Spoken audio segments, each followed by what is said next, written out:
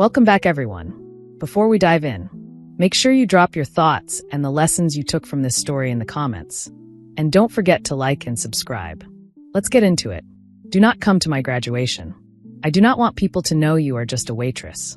2 weeks before the ceremony I had been planning to attend for months, my husband, Langston Carter, said those words without flinching. I had already requested the day off from Peachtree Grill, already dry cleaned my navy dress bought secondhand, already pictured myself in the audience watching the man I helped carry through law school cross that stage. He would not let me be seen. Not because of limited seating or scheduling conflicts, because I embarrassed him. Just a waitress, I repeated, feeling the poison bloom. Is that what I am to you now? He barely looked up from his phone. Naomi, be realistic. Everyone there will be from families with status, attorneys, judges. I cannot have them meeting a woman who serves pancakes for a living. That was the moment I understood I had been erased long before he spoke it. But the truth of us began years earlier at the corner of Auburn and Grant, inside a diner that smelled like coffee on a burner and bacon on a flat top. The booths were patched, the tiles chipped, the lights flickered when Atlanta rain pressed against the glass. For 6 years, Peachtree Grill was my kingdom. I knew which table wobbled, which coffee pot poured too fast, how to push the swinging kitchen door so it would not squeak. I knew the regulars, the professor with exact change folded like a tent, the law students who camped in back with outlines and highlighters, debating procedure at volumes that rose with each refill.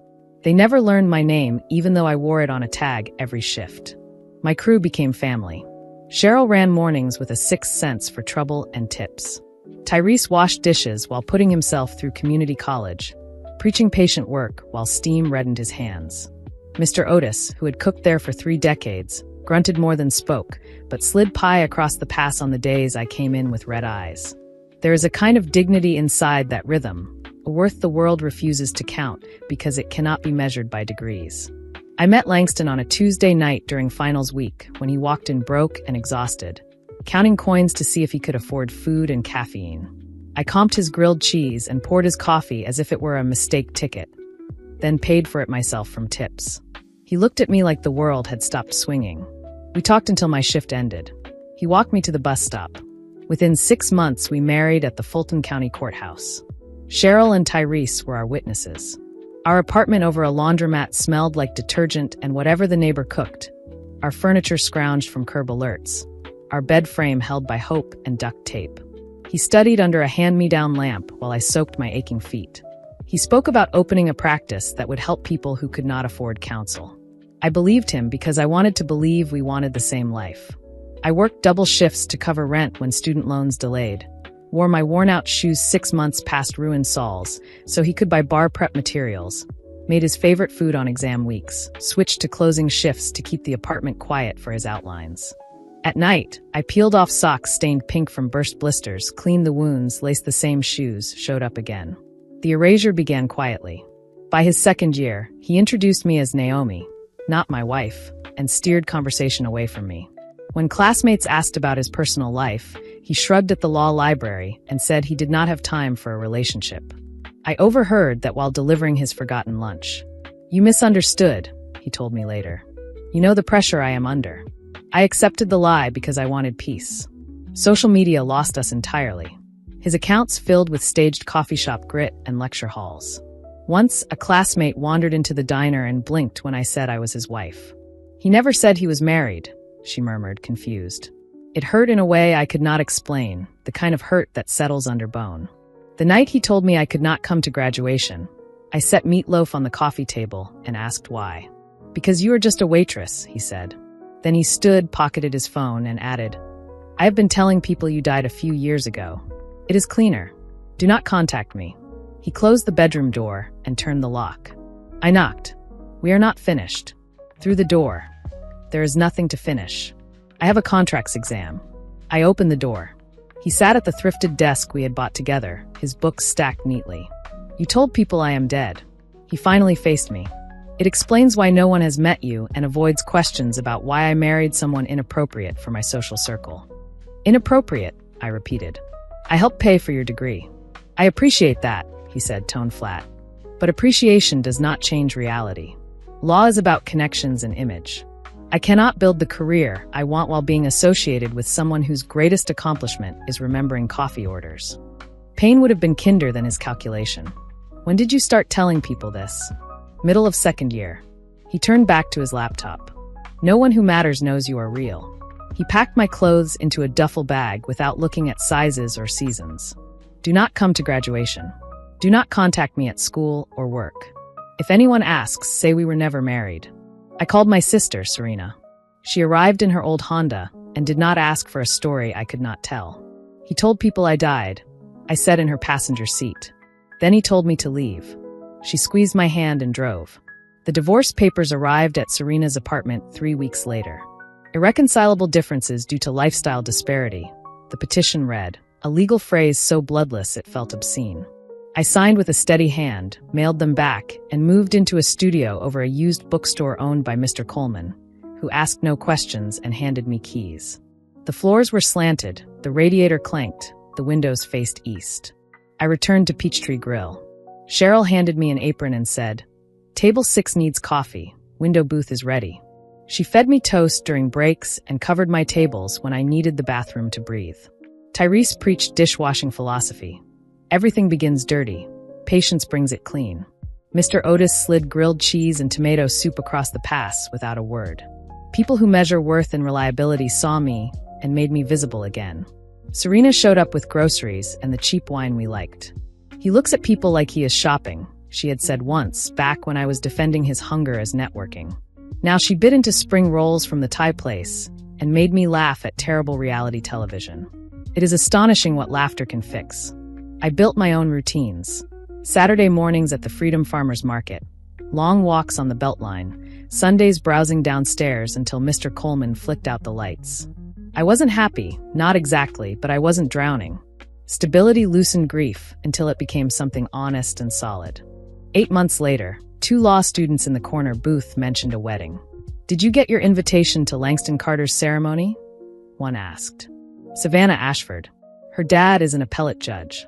The other chuckled. He really upgraded from that tragic backstory. The dead wife thing. I finished my shift on automatic and walked home under oak trees shading a street gone to gold. I had not looked up Langston once since signing the decree. Now I opened my laptop.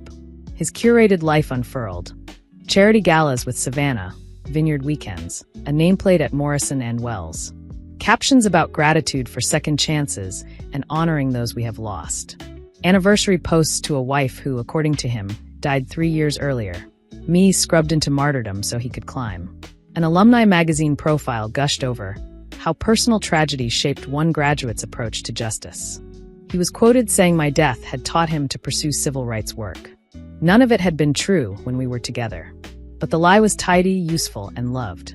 I clicked away from their polished photographs and stared at my wall until the radiator hissed itself quiet. He had not told an awkward fib. He had built a professional identity on the bones of my fictional death. It touched more than my humiliation. It touched the trust of people who extended him empathy and respect. Some lies are too large to let stand. This was not revenge. It was refusal to remain dead. Savannah deserved to know. His colleagues deserved to know. If truth lands clean, it does its own work. I made a new email, drafted notes, and dug where the internet left footprints. Savannah's posts gave the venue. Riverside Manor, 30 miles outside Atlanta. The tag list and his LinkedIn gave me guests and partners, assistants and coordinators. I charted 30 contacts on a spreadsheet and circled the few that could not be ignored. Thursday morning, I called Riverside Manor. This is Naomi Carter, following up on billing for the Carter-Ashford wedding. A professional pause. I am showing the primary contacts as Mr. Carter and Ms. Ashford. Are you in the wedding party? I am his wife, I said, letting the words sit. Is there a problem with the account? One moment, she said, and left me with music. When she returned, her voice had gone careful. I will contact the primary account holder to clarify the list. May I have your number?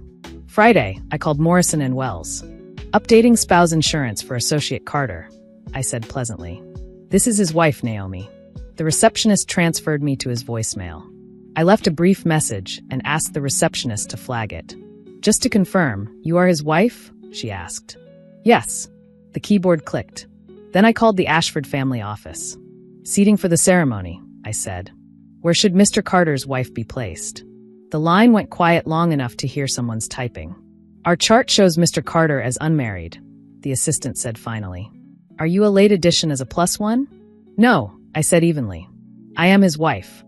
I spelled my name and gave my number for clarification. 2 more calls, the florist, delivery questions from Mrs. Carter, and a voicemail to the maid of honor. Looking forward to meeting you at the ceremony. None were lies. They were simply the living voice of the woman he had declared dead, placed where his fictions could not hold. Saturday dawned crisp. I wore the navy dress I had once planned for his graduation and drove down a road canopied in early red leaves to Riverside Manor. I parked across from the entrance in a public lot that faced the lawn without inviting notice. Guests arrived in sleek cars. The string quartet tuned. I watched Savannah step from a limousine in white, bridal beauty and ease. She fit the manicured world Langston craved. 15 minutes later, he appeared in a tuxedo that fit as perfectly as his lies. At 12:45, the guests sat. The quartet shifted from scales to Bach. Langston took his place at the arbor and checked his watch like a man certain he deserves every good thing coming. His phone rang. He silenced it. It rang again. He checked the screen longer this time, jaw tightening. A tell I had learned as surely as the routes of late-night bus lines. He declined once more. The third time, he answered, turned from the arbor, hand to his hip. Calm began to leak from him in visible lines. Catherine Ashford rose from the front row with her own phone to her ear and strode to the arbor. Her expression shifted from composed to flint. She gestured, speaking in a voice meant to be obeyed. The wedding coordinator arrived with a tablet and agitation. One of Langston's partners, Calvin Morrison, founding name on the firm's door, stood and approached with his phone extended. He showed Langston the screen the way a person shows an exhibit to a jury. Langston's face lost color. The quartet stopped mid-phrase. Silence made the scene louder. Guests craned to watch. The bridesmaids clustered. And then Savannah appeared, dress lifted from the lawn, moving quickly. She reached him and pulled him away from the trio of authority, mother, judge's wife, founding partner, to hear what he tried to make into a misunderstanding. I could not hear their words from across the road. I did not need to. I saw Savannah step back and cover her mouth. I saw her mother move to her shoulder. I saw Judge Leonard Ashford stand, measured and grave, and intercept Langston when he tried to follow the woman he had about to marry. The judge spoke to the officiant. Guests stood. Some gathered their things. Others hovered, phones raised not for photographs but for proof that what they felt was real. Savannah turned and walked back to the manor surrounded by the pale pink wall of her attendants, not looking back. I had seen enough. The truth had done what truth is built to do when given light. I drove away under trees that made glitter from sun.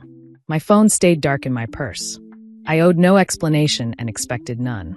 The ghost he thought he made had become inconveniently alive in the exact spaces his lies required silence. Sunday morning, I tied on my apron. Cheryl took one look and said, "You look lighter," while we filled the industrial coffee urn. "I took care of something," I said. She nodded the way people do when enough is more honest than everything. Monday, I turned my phone on. 17 missed calls from Langston. A dozen texts that traveled from righteous anger to pleading confusion. Voicemails I deleted without listening. I blocked his number. Tuesday, Serena called.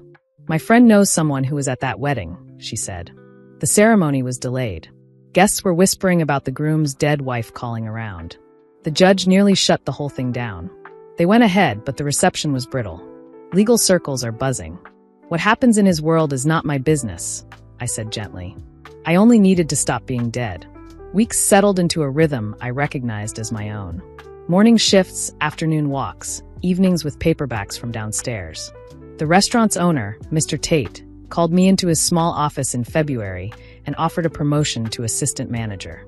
"You show up and carry the weight," he said. "That counts." We ate sheet cake in the break room while Mr. Otis pretended to hate it and took seconds. 6 months after the wedding that stumbled, Serena slid her phone across the booth at lunch. A screenshot showed Langston and Savannah at their reception, smiles tight enough to crack porcelain.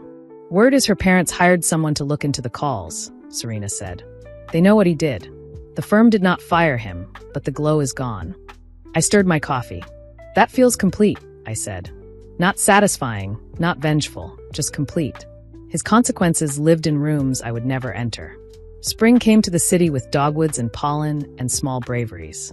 I learned to sit in quiet without filling it with apology. I bought fresh basil for the windowsill and kept it alive. I chose new shoes when the old ones thinned, not to fund someone else's future, but to carry myself kindly. The anniversary alert pinged in late October, a date I had forgotten to delete. 6 years since we stood in a courthouse with Cheryl and Tyrese as witnesses. I cleared the notification and made a reservation at a restaurant in Midtown I had never been able to afford. They sat me by the window.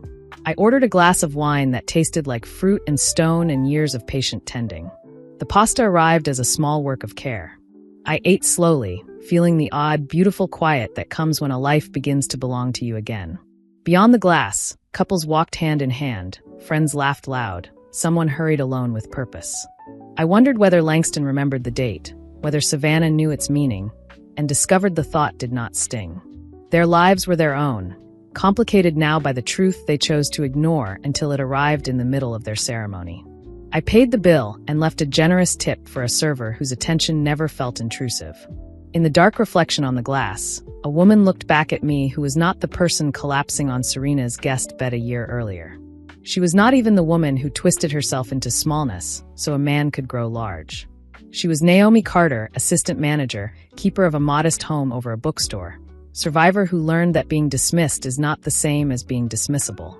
Back in my studio, the radiator clicked awake. The basil smelled green. The napkin tucked under the table leg did its quiet work. The room held nothing staged and nothing borrowed. It held a chair by the window and the steady breath of a woman who had learned that the best revenge is not spectacle but truth. And then, after truth, a life built calmly on what is real. He had tried to bury me in a narrative designed to inspire donors, partners, and judges. But erasure only holds if you help hold it. I did not. I chose the precision of a few calls and the grace of walking away. Truth moved through his carefully tended image like water through hairline cracks in ice, widening without my hands on it. In the mornings, I pour coffee for regulars who call me by name. Tyrese will graduate soon. Cheryl reads people the second they hit the mat. Mr. Otis still slides pie across the pass when my eyes show a weather pattern no forecast named. We are not glamorous, but we are real. Atlanta hums. The Beltline fills on Saturday with strollers and runners. Midtown lights sharpen at dusk. Castleberry Hill opens another gallery. Buckhead pretends money has always been polite. And above a used bookstore on Maple, east-facing windows collect mourning and let it spill over a woman who survived someone else's ambition by refusing to die for it. I am not a tragic backstory for someone's advancement. I am not a footnote in an alumni profile. I am not a ghost. I am inconveniently alive, and that, finally, is the entire story. If you enjoyed this story, please like, comment, and share this video with your friends. Subscribe and turn on the notification bell so you never miss a powerful story drop.